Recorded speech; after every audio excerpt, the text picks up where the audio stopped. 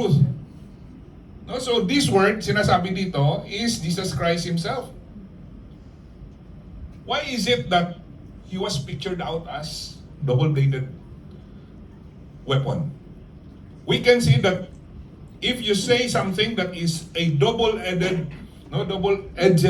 weapon, that means it's a very damaging, or it can cut both ways. Cut both ways. No, kasi pag ganyan yung kalaban mo, di ba? Yung itak kasi sa atin, no, di ba? Yung itak. Isang ano lang yun eh, isang direksyon lang yun. Di ba?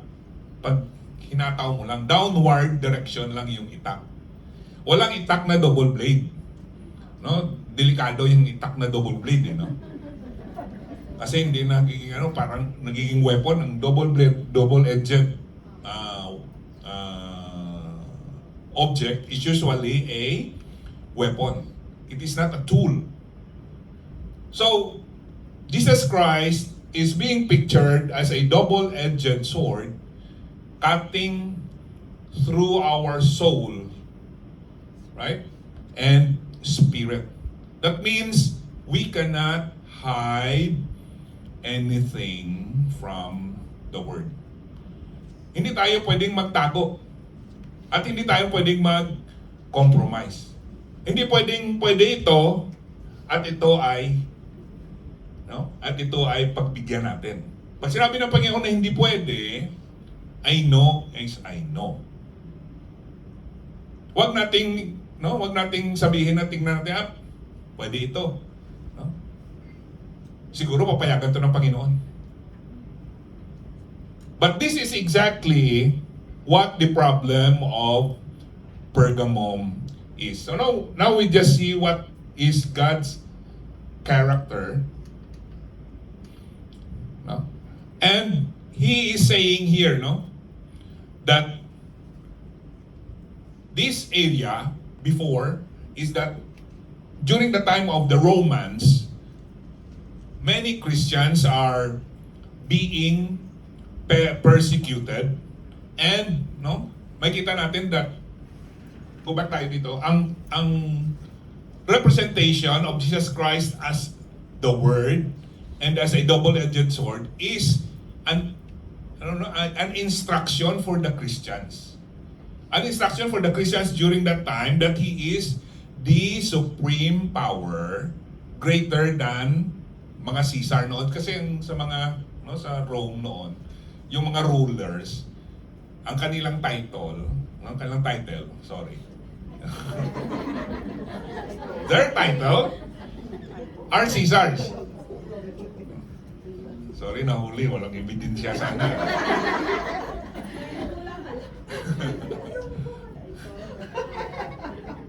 No, their titles are Caesars. No, they are called Caesars.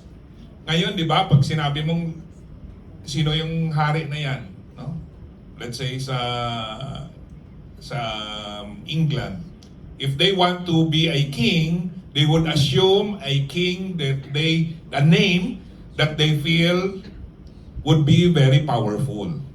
Right? So the same also at the time of these Christians, Pergamum church, that they are being persecuted by the Roman Empire, and they are told to worship the Caesars. But at the introduction of the letter to the Pergamum church, it is being introduced, Christ is being introduced as a two-edged sword. That means He is powerful. At the same time, He is very sharp and dangerous. The church stands secure during that time and even to our time today, not by compromise, but by submission sa salita ng Panginoon, but by submission into the church to the word of Christ. Not by compromise. Maraming churches, it's so sad that there are many churches, in order for them para dumami tayo, in order for us to have more people around us, we will compromise. We will compromise. And this is exactly what happened to this point number 2. We see here how the church of Pergamum had compromised, on the people around them. Now, I know where you dwell, where Satan's throne is. Yet you hold fast my name, and you did not deny my faith, even in the days of Antipas, my faithful witness, who was killed among you, where Satan dwells. Take note of the word where Satan's throne and where Satan's dwells. This mean na yung place na to ay makasalanan. No? The place is full of sinfulness. Siguro if we are asked today, where is Sin City in this world today? No? Where is Sin City? Sin City is Las Vegas, right? Sinasabi nila, no? Sin City because andun lahat. That is literally literally we can see the sin, the sin of the world is being advertised, di ba?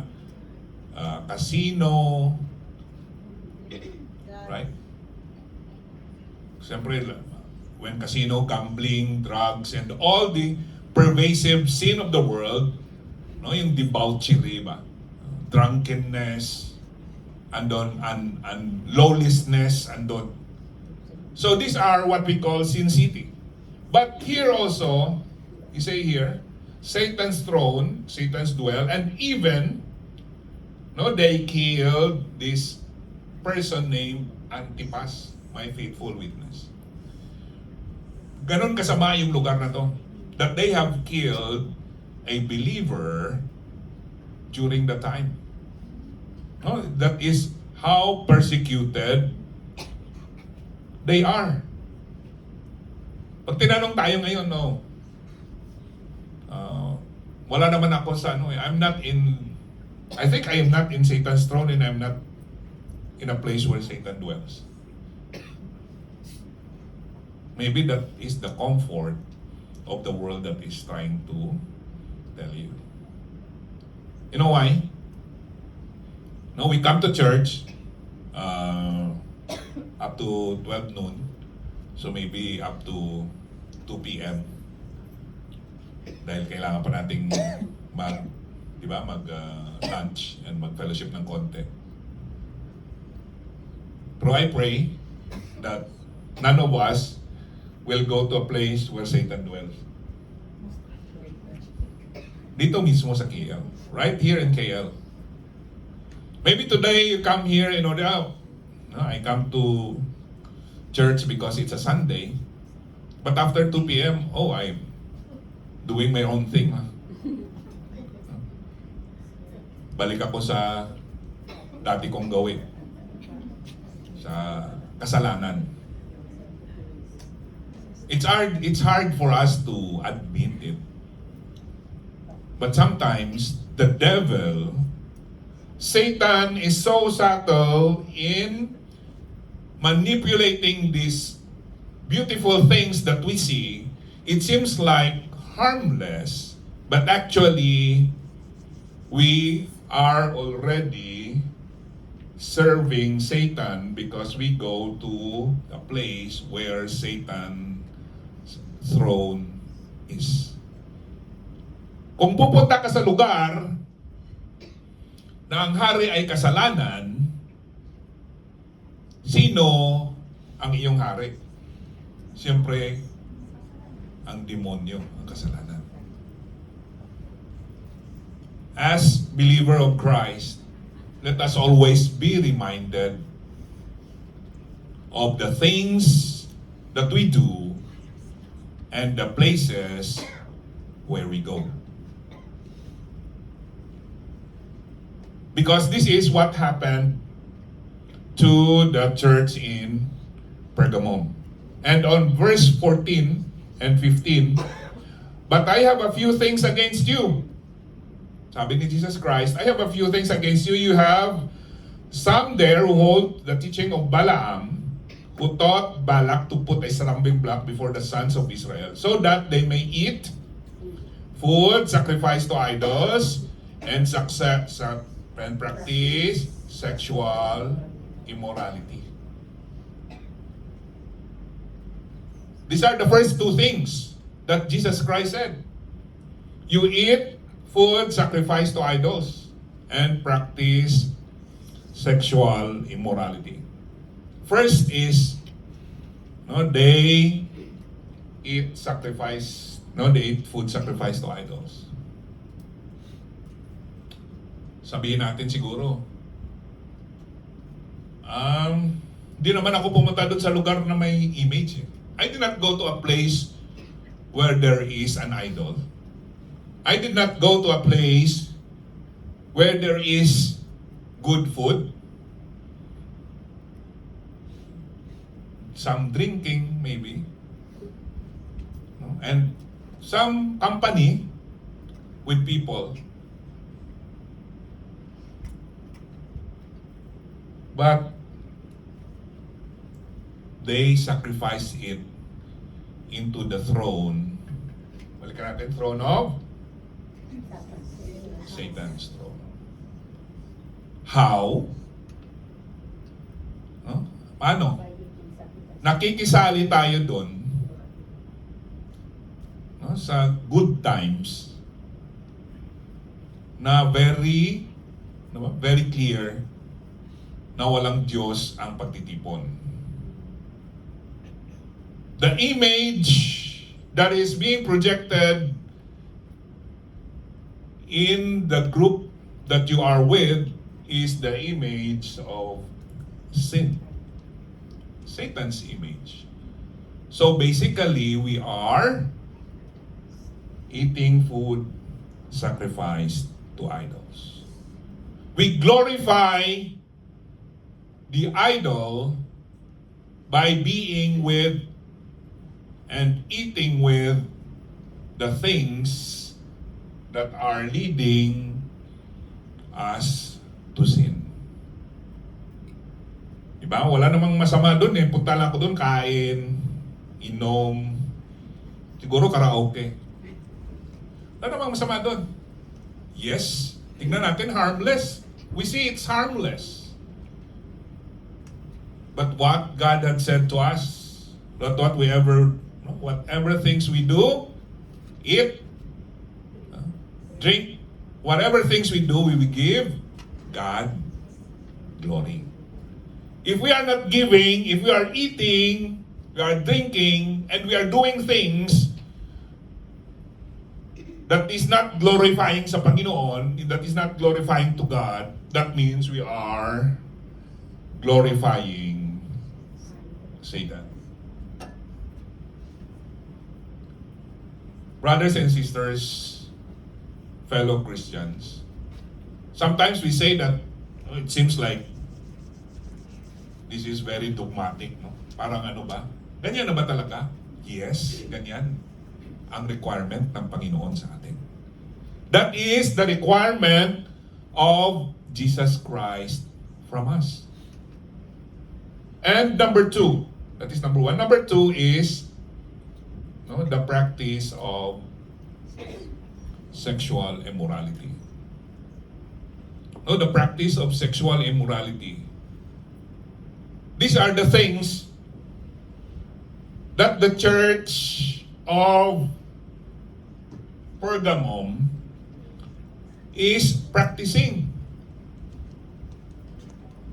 Right? Ang simbahan na ito, no? They are so kind, no? So kind. Napaka-kind nila. But at the same time, they allow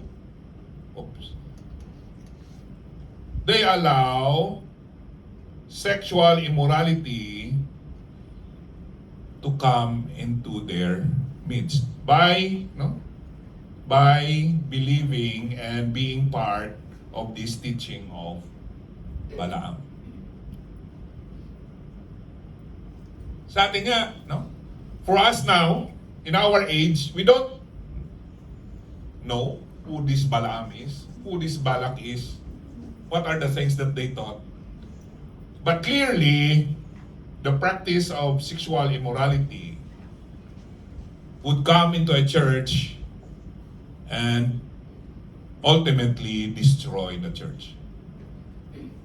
So many churches, church leaders, big church leaders today that were destroyed by the practice of sexual immorality. No? Last week lang si Yancey.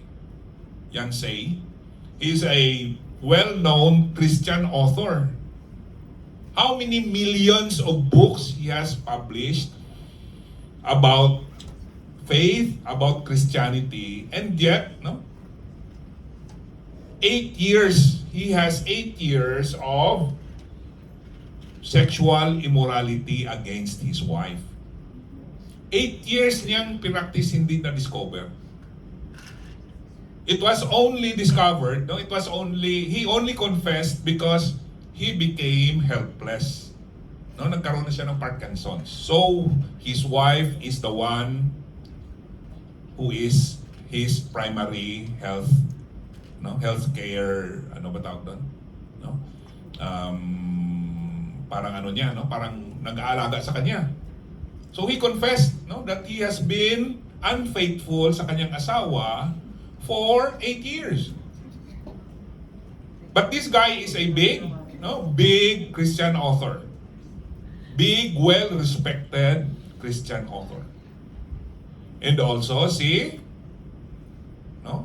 pa yung isang Christian author na even nakarating siya rito sa Malaysia to speak about his faith?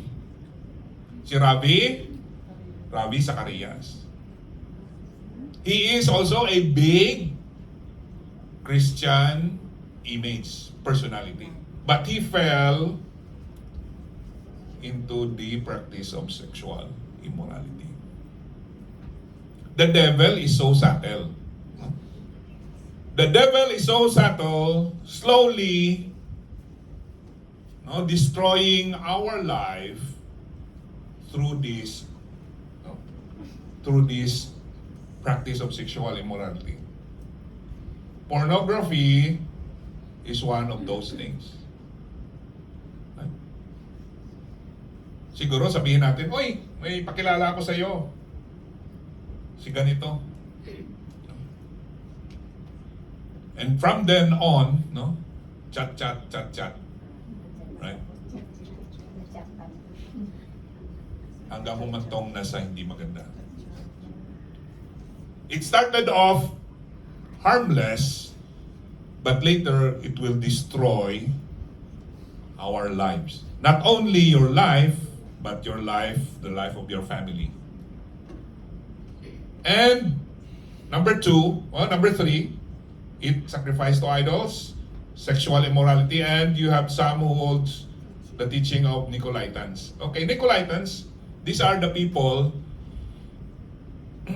that they separate your Christian life from your worldly life. I mean, separate your Sundays from your Monday, Tuesday, until Saturday. Basically, that is the basic explanation. So, what the Nicolaitans do is that they will say, Sunday, give it to your God. But other days, you can do what you want. Tawag doon is licentious. These are the people who would say, they will twist, the twisted truth that once you are saved, you are always saved. You are forever saved. That is the promise of God. John 3:16. For God so loved the world that He gave His only begotten Son, that whosoever believes in Him should not perish but have everlasting life. That is the promise of God. Once saved, always saved. That means once you are saved to eternity with the Lord. Right? Because if there is no once saved, you are saved to eternity of the world, then there is no John 3:16. Right? But these Nicolaitans, What they do, they say, oh, you see, you are saved. John 3:16. That means you can do whatever you want. Pwede mong gawin ang gusto mong gawin. So ito yung mga katotohanan na pumasok, ito yung mga pagtuturo na pumasok sa mga simbahan noon. These are the teachings that came into the church of Pergamum. That once you are saved, you can do whatever you want for the rest of the days. Sundays, okay, go to church. But the rest of the day, you can do whatever you want. This is exactly what the devil wants us to think. That you separate your church life from your, sabihin natin, normal life. Paglabas mo dito sa simbahan, no? Paglabas mo dito sa fellowship, paglabas mo lang dyan, no? Hindi lang nabuksan ng gwardiya yung madami kang dala, hindi lang nabuksan ng gwardiya yung pinto. Ang gwardiya na to, no? May kasama pang mura, hindi ginagawa yung tamang trabaho.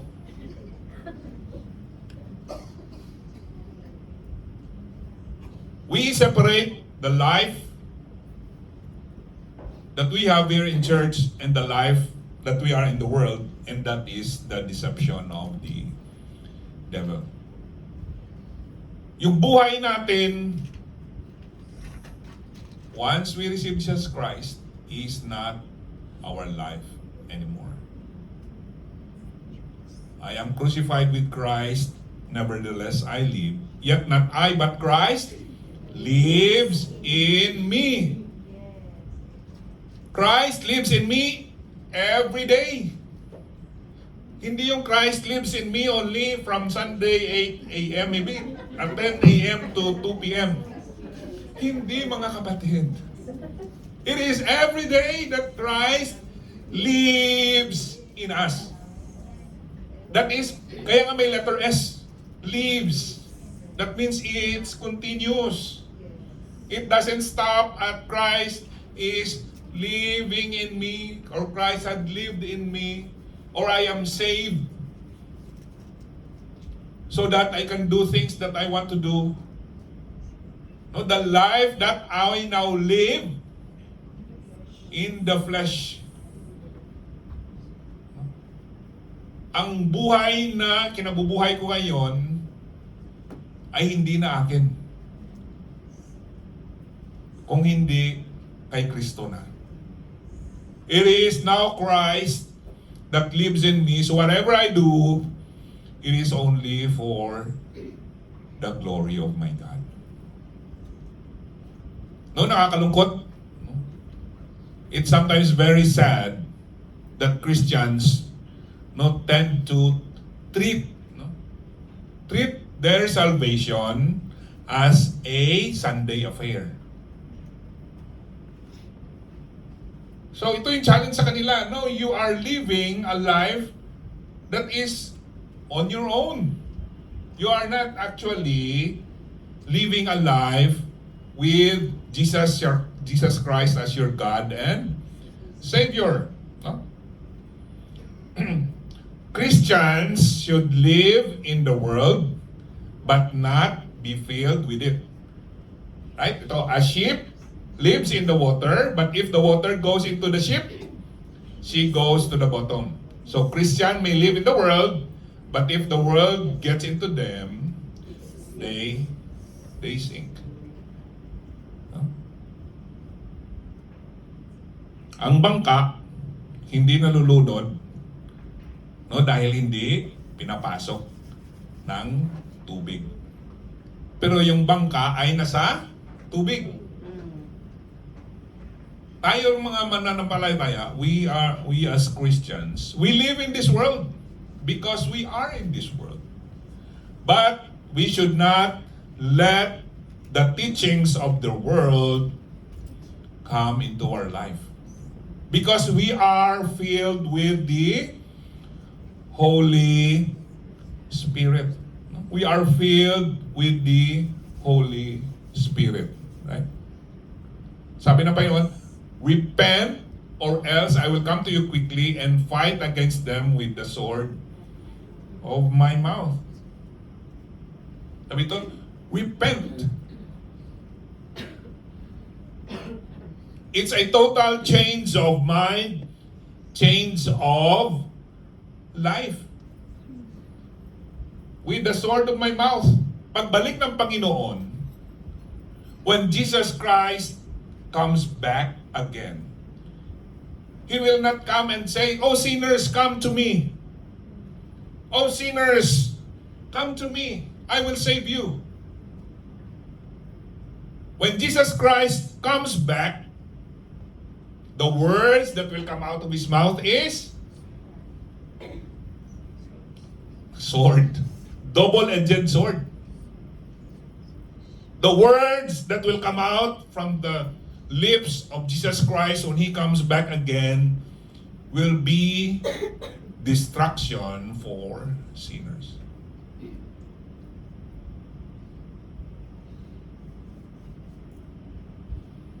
Wala na yung, no? He won't invite us to come to Him. No.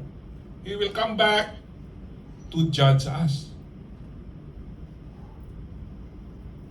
The time is, we don't know when, but the time will come.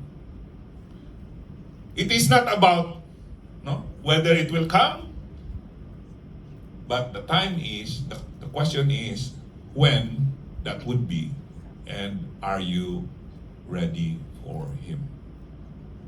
He will come back with a two-edged sword in His mouth to judge the sinners. Spiritual compromise isn't choosing other gods, but to worship instead of Jesus. Kung, no, binabaliwala natin ang kautusan ng Panginoon, if we are putting away, disobeying God, no, we are worshiping them, but no, instead of Jesus. Kasi ganun lang, no? I think some of us Christians are very, very simplistic in our faith.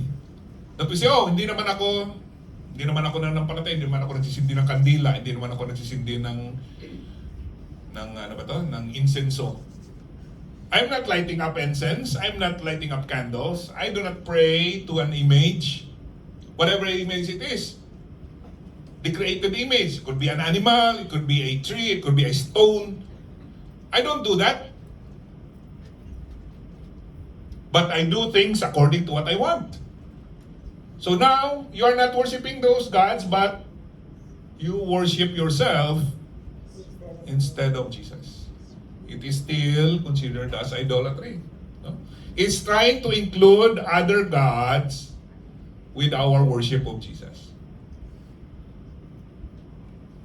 Trying to include. Paano natin nangyayari yun? Lord, total, nagsisimba naman ako Sunday Okay lang tong relationship ko Total, hindi ko na naman ito ginagawa sa linggo The sinful relationship that I have, that I'm practicing right now, the simple things, no, the sinful things that I'm doing right now, I'm not doing it on a Sunday. But this is what we do. We worship Jesus. We include other gods. Siguro pera. No, sisimba ka, Lord. Magsisimba ako. No, para yumaman ako. Lord, I'm going to give to you so that you will give me also. Now, there are churches, sad to say, Christian churches, as they say, that they will see, no? They will declare, oh, give more in order for God to give you more. Magbigay ka ng marami para bibigyan ka ng Panginoon ng marami. Hello? Saan ba galing yung buhay natin? Saan ba galing yung binibigay mo? Now, where does the thing that you are giving comes from? All those things comes from God Himself. But what happens is, they become now your God. You worship Jesus with the things that you have, trying to please Him. No, pini-please natin, we try ourselves, our very best to please God, no, by doing things on our own. And Christ rebukes not the presence of sinners, but tolerance of sin. Lahat tayo dito ay makasalanan. We are all sinners saved by grace. Kung andito ka ngayon, sabihin mo, si brother nakatayo dyan, akala mo malinis. No, hindi nyo alam kung ano yung laman ng utak ko. You cannot read my thoughts, you cannot read my mind. What would happen if my, whatever thing that I'm thinking, andito naka-flash sa screen. Whatever I'm thinking is all shown in this screen. Maybe you will say that, si brother, nag-preach pero yung isip niya doon sa masarap na pagkain. Tumatakbo dyan, lechon, no? Kaldereta, whatever.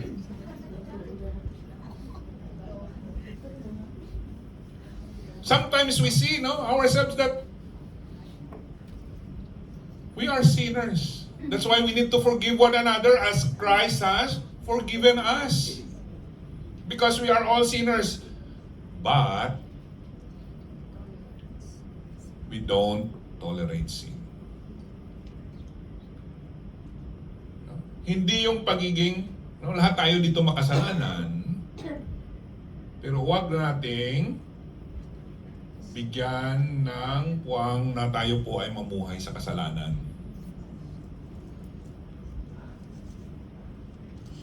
Sometimes, people would just sabi mo nun, close one eye. Di ba? Ganon dito, Ewan ko, ganon di ba yung expression dito? Pag may nagawa kang mali, close one eye la. No, never mind la. Just close one eye la.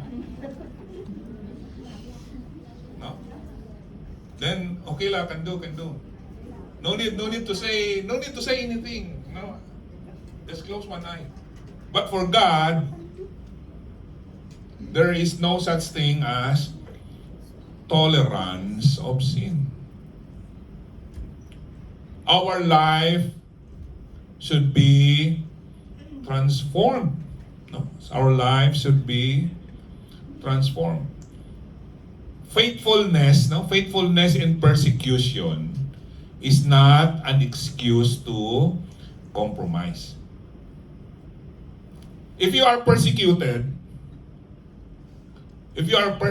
by someone, that is not an excuse to compromise. For example, a very simple form of persecution. Ading, after ng nyo dyan, fellowship nyo dyan, punta ka doon sa amin. Masaya doon, May kami doon sa sa malapit dito, Kutaraya. Kutaraya. Punta tayo doon sa Kutaraya. May tipon-tipon doon. Lang si ganito kasama natin, karaoke ng konti. Right? Inom ng konti. Tapos may pakilala ko sa iyo.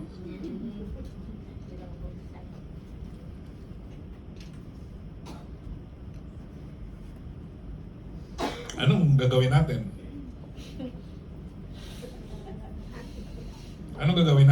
This is a simple form of persecution, right? Siguro sabihin mo, alam mo kapatid, nabago na ako ng Panginoon. I am already a follower of Christ. And I don't do those kind of things anymore. Ito simple persecution Sabi ng kaibigan mo, akala ko naman kaibigan kita You think that is not persecution? That is persecution. That is a very, very simple form of persecution. That is not something na binato ka, no? Sinaksak ka, tinapon ka sa, pinakain ka sa leon, no? No? Nilagay ka doon sa gitna ng plaza at sinunog. Hindi kaya, no? Pinana ka, pinakain ka sa pating. Hindi. Someone will tell you, kala ko naman kaibigan kita, ba't ayaw mo nang sumama sa amin? A simple form of persecution is not an excuse for us to compromise. Whether it is simple, whether it is life or death, is not an excuse for us to compromise. Jesus Christ had proclaimed Antipas. He said, "This is my faithful servant who had sacrificed his life for me." If we cannot sacrifice, if we cannot face persecution, as simple as our friends telling us na hindi ka na kaibigan dahil ayaw mo nang sumama sa kanila, you cannot endure more persecution. Siguro, pag marinig mo yung nanay mo, asawa mo, mahal mo sa buhay, sinabing, no, ayoko na sa'yo dahil naiba ka na.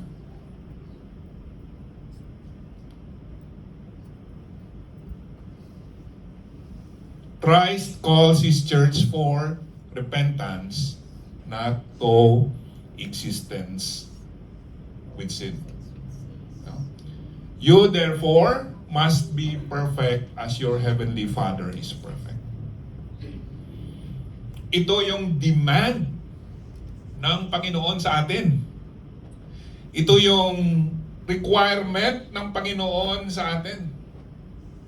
Before you can be with Him, emphasize dito Heavenly Father, you must be perfect. Yung perfection na yan ay nanggaling kay Kristo Jesus. That perfection comes from Jesus Christ. If we have Jesus Christ, then God the Father will see us perfect because Jesus Christ is perfect. Your friends, your loved ones, your boss, anong pagkikita nila sa iyo? What they see in you? Are they seeing you as perfect? Are they seeing you as someone who embodies Jesus Christ? Or someone who gives up Jesus Christ in order to compromise for sin? Yan yung tanong sa atin. That is the challenge that Christ is giving us. Christ calls His church to repentance, not coexistence with sin. I give you an example, no? I think, napagandang example. Karamihan sa atin dito nagtatrabaho sa mga bahay, di ba? No? Most of us here are working in the homes. Galing tayo sa Pilipinas. We come from Philippines. Most of us galing probinsya. Yeah? Most of us come from the province. Pagdating mo rito, no? Kusina, digaas, no? Siguro sa atin kahoy pa. No? Yung labada dito ay washing machine. No? Doon sa atin is batya, mano-mano, palo-palo. No? Di ba? Ay, maganda na yung term, hand wash. Labada. Labada, tsaka, di ba? Ano ba yan? Palanggana. Right? Yun yung nakagawian natin. No? Nakagawian natin sa ating pinanggalingan. Pumunta tayo dito sa Malaysia, nanilbihan tayo sa mga tahanan, sa mga bahay. Ano sabihin natin sa ating boss? Boss, masarap tong luto. Kahoy natin. Kondominium po tayo. Paano tayo magkakahoy dito? No, Hindi boss, talagang masarap yun eh. Yun ang nakagawian ko, pinalakihan ko yung pagluto sa kahoy. Eh, ganda pa naman yung kusina ng boss mo. Naku, naka-miele, no? Naka-bosch. Tapos, mag-uuling ka, no? Pupugon ka. Just imagine. Tapos sabihin ng boss mo, no? Sabihin sa'yo, maglaba ka. Boss, iyan ko na lang yan, palanggana ko na lang yan. Kasi yun, nung nakagawian namin, ipalanggana ko eh. Sabi ng amo mo, ganda-ganda ng washing machine natin eh. No? Ano pa yan? Inverter pa yan. AI. Tapos, magpapalanggana ka? Boss, kasi talagang maganda pag kinamay eh. Yung ano na yan, ano ba yun? Yung mancha? Kalamansi natin, boss. Ano ka? Sabi ng boss mo, ano kalamansi? Meron diyang stain remover, kalamansi pa. Yung nakagawian natin, dinala natin dito, nakala natin effective. Ganon din yung church ng Panginoon. Yung nakagawian na natin gawin dati na kasalanan, once tinanggap natin ang Panginoon, binago niya tayo ngayon. Iwan na natin yung nakagawian natin. Huwag na nating dalhin sa buhay natin sa Panginoon. He calls us to repentance, not co-existence. Ang pamumuhay, patuloy na pamumuhay sa kasalanan, ay nag-i-indicate ng buhay na hindi nabigay sa Panginoon. If you continue to live a life coexistence with sin, that means your life has not been transformed. That's why you need to repent. Turn your back away from sin and look to Christ. So number 3, last point, Christ reward. Sinabi niya dito, sinabi ni Jesus Christ, to the one who conquers, I will give some of the hidden manna. I will give him a white stone and a new name written on the stone that no one knows except the one who receives it. So, tatlong bagay ang binigay ng Panginoon dito. Tatlong bagay. Hidden, number 1 is hidden manna. Ito yung reward ng Panginoon to the one who conquers. To the one who conquers. That means to the one who endures to the end. Yung hindi nag-compromise ng kanyang buhay. To the one who transformed his life because he surrendered everything sa Panginoon. Hidden, number 1 dito, yung hidden manna. Ito yung spiritual nourishment and satisfaction found only in Christ. Spiritual nourishment. Ibig sabihin, ang kaalaman ng mundo ay hindi na hihigit sa kaalaman na binigay ng Panginoon sa iyo. Whatever things this world is giving to us is not comparable to what Christ has given to us. Anong binigay sa atin ng Panginoon? Above and beyond dito sa mundo. Yung feeling natin na ang satisfaction natin andito sa mundo, ibig sabihin nun, we are not looking forward to that greater satisfaction and glory na ating tatanggapin sa Panginoon. Very limited yung ating paningin, ang ating pananaw. We have to look beyond. Paano natin makikita yon? We can only see it once we have yung ating relationship sa Panginoon. Once we have our relationship with Jesus Christ, the Holy Spirit will give us the understanding of what lies beneath our lives, what lies beyond our life dito sa mundo. Bakit tayo tuwang-tuwa, no? Bakit tayo tuwang-tuwa sa mga momentary satisfaction na ating natatanggap dito sa mundo? Why are we so happy? No, why are we so satisfied sometimes with even momentary victories, satisfactions that we receive in this world? Ano ba yung ultimate na kasiyahan dito sa mundo? Pag tinanong tayo. Number one na sagot dito sa buong mundo. Ano? Pera. Di ba? Ako pag, karamihan sa atin, ganun pangarap nyo. Pag marami na akong pera, makakabili ako ng ganito, makakagawa ako ng ganito, siguro matutuwa na ako. No? Ganon, no? Siguro tuwang-tuwa na ako, kasi nagagawa ko na yung gusto ko eh. Right? Ultimate na pangarap ng tao ay pera. Aminin natin sa hindi pera. Huh? Pero ano sabi ng Panginoon? Hubad kang pinanganak sa mundo, hubad ka rin pabalik sa lupa. Naked was I, came into this world, no? Naked was I going to return to the ground.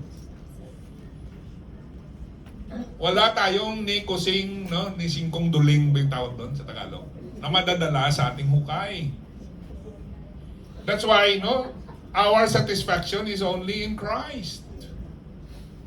Because we know that beyond this life, there is greater glory when we see our Creator. Right? We see our Creator. Number two, we're going to receive, no, white stones. It means yung acceptance, victory, and forgiveness. White stone represents during this time, we should know na ito cultural kasi ito, no? Ito yung mga, dati kasi pag pumunta ka sa isang lugar, no? When you go to some place and you are invited, wala namang QR code noon. Right? Walang QR code. So binibigay noon ay white stone. Right? Ngayon, pag pumasok ka, QR code na eh. There's no QR code. So white stone, in order for you to be admitted, that means you are part of the group or you are invited to participate. So that is acceptance, victory, and forgiveness. You are counted in. No? You are counted in. And number three, new name. So ibig sabihin na, binigyan ka ng Panginoon ng bagong pangalan. So, new name, intimate relationship with Jesus. With God, no, sa history ng Bible, there are a few persons na pinalitan ng Panginoon ng pangalan. No, si Israel pinalitan ng Jacob. Right? Si Abram pinalitan siya ng, ginawa siya ng Abraham.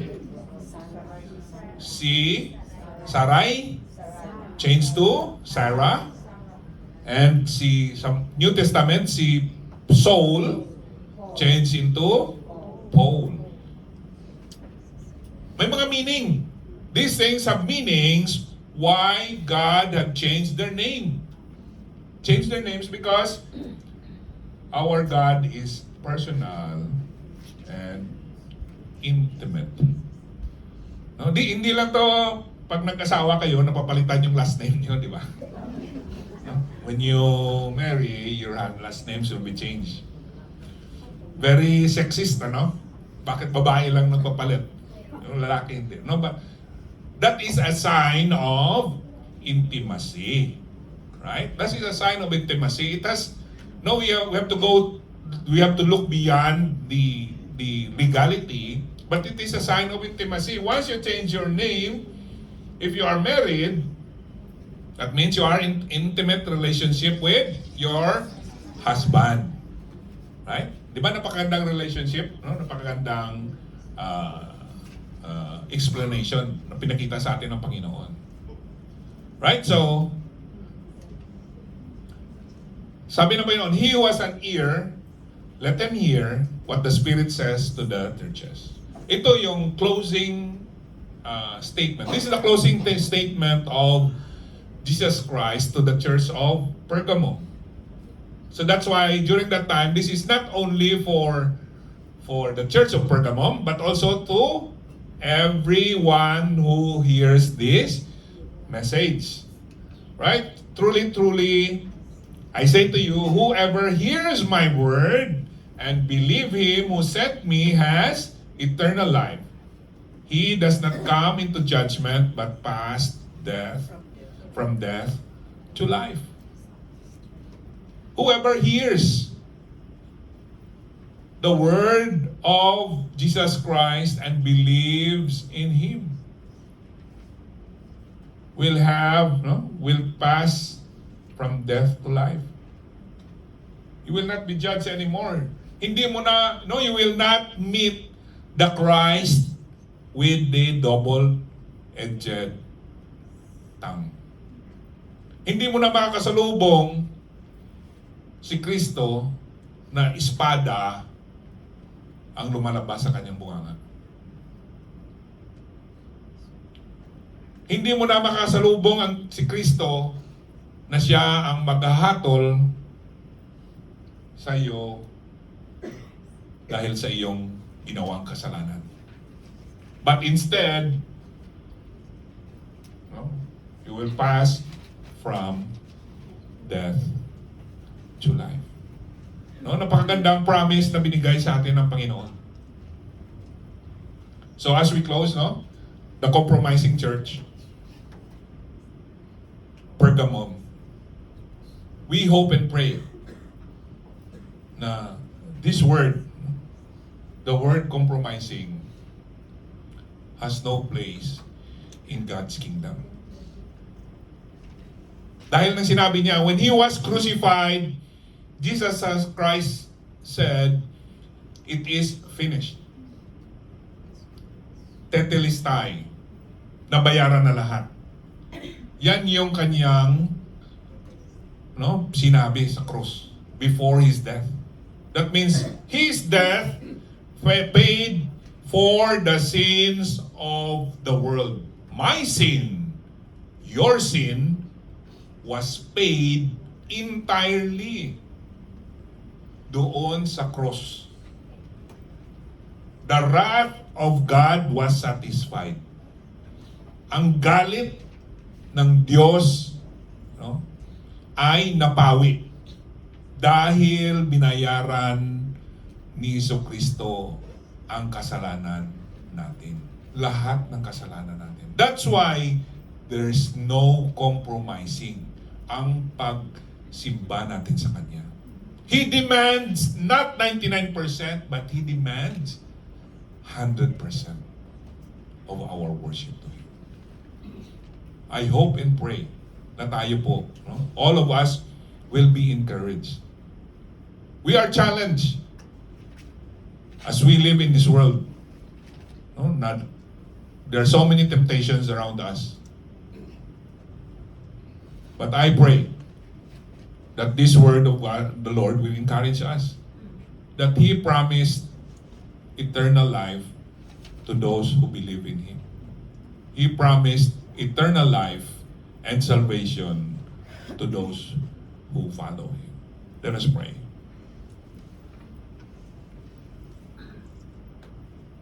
Our Heavenly Father, we are so thankful that we can listen to your teachings. Lord, we pray that make us aware, make us sensitive of your life, of your holiness, that sinners are welcome, Lord, into your presence. But our life must be transformed. Our lives must be transformed not to coexist with sin. Lord, we pray that anyone here that are still living a life that is sinful, a life that is compromising, Lord, we pray that you touch their hearts, that they may receive you, Lord, accept you as their only Lord, only King, that they may live a life that is pleasing to you, not only to you, Lord, but pleasing also to the people around them. Lord, we are so thankful that we have this privilege to hear your word. Holy Spirit of God, thank you for the wisdom that we can understand your teachings this morning. Lord, we pray that your word may come alive into the life of everyone. We pray all these things in the mighty name of our Lord and Savior Jesus Christ. Amen. Amen.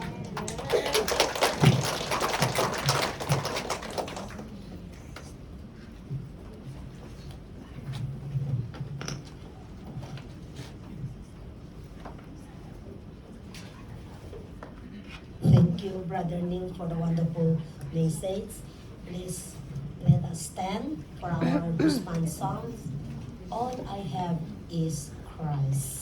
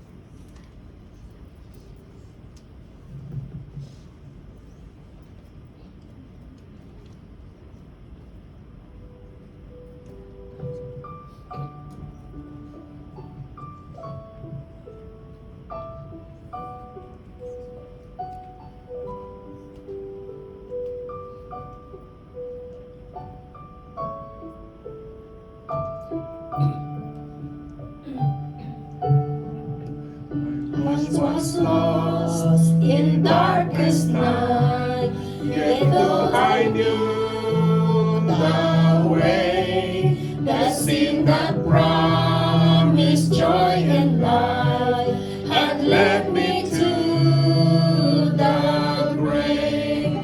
I had no hope that you would know, a rebel to your will. And if you had not loved me first, I would refuse you still.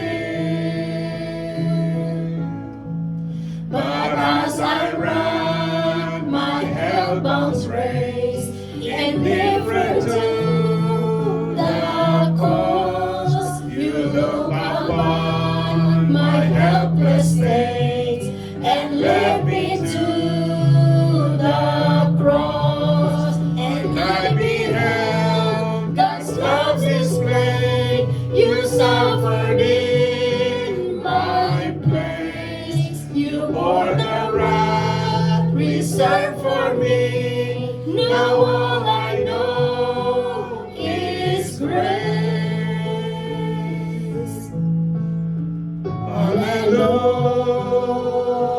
Hallelujah. All I have is Christ. Hallelujah. Jesus is my life. Lord, I'll be yours alone and live so all might see the strength to follow your commands could never come from me. A Father used my ransom life in